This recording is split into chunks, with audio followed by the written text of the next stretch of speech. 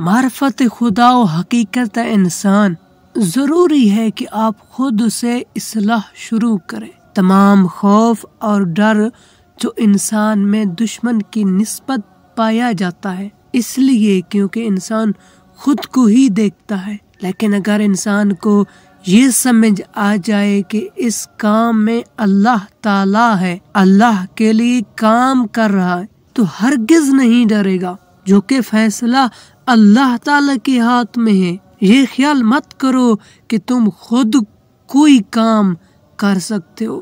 تو وہ کہے، اگر ایک مکھی تمہیں اذیت پہنچائے، رات بھر نہیں سو سکتے، دن کو آرام نہیں کر سکتے، اگر ایک مچھر رات کو آ جائے تو تمہیں آرام نہیں کرنے دیتا، تو وہ ہوگا اگر ایک مکڑی تم پر حملہ کرے تو اس سے بھی ڈرتے ہو، تو وہ ہوگا ایک چڑیا کوئی چیز تم سے چھین لے اور اڑ جائے تو اس سے واپس لینے کی قدرت نہیں رکھتے۔ یہ سب محتاجی ہے، فقیری ہے، جو کچھ بھی ہے اسی کی طرف سے ہے، اللہ تعالی کی طرف سے ہے۔